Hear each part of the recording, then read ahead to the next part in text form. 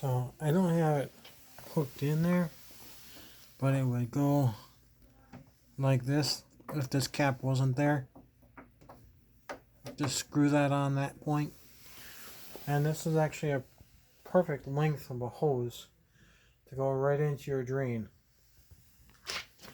Except for the fact that the dehumidifier would have to face this way because of the length of the hose is not quite long enough to make the extra foot where the dehumidifier could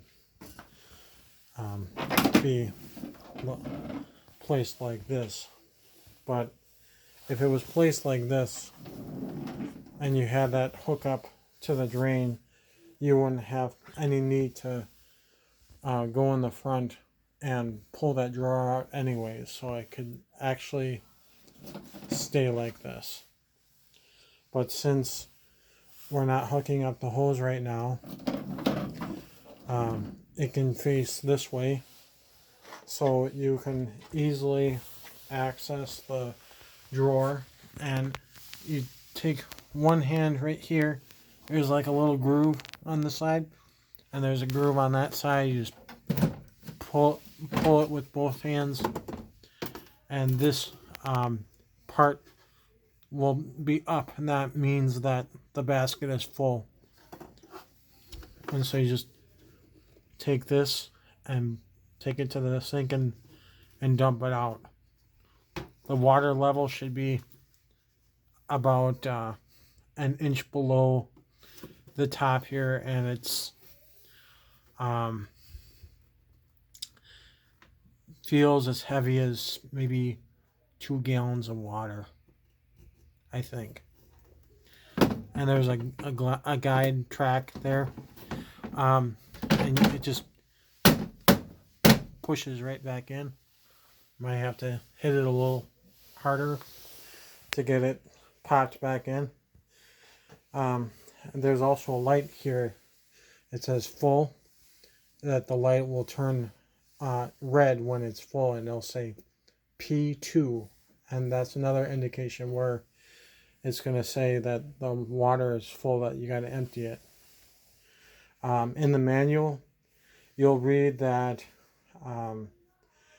it's best to turn off the unit and then remove the water, but I found that even pressing the power button a bunch of times and trying to turn it off before I actually removed the drawer didn't work for me. So it seemed to work out just fine that I removed the drawer when it's full and I put it back in when the unit is still on.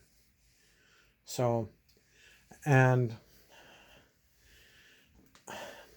you let it sit for 24 hours, and then after the 24 hours is done, I have the plug right here, and the dehumidifier is close enough to go to this lower plug right here. That should work out good. And next time I come, I'll bring a surge protector just to make sure it's on a surge protector. I think that's it.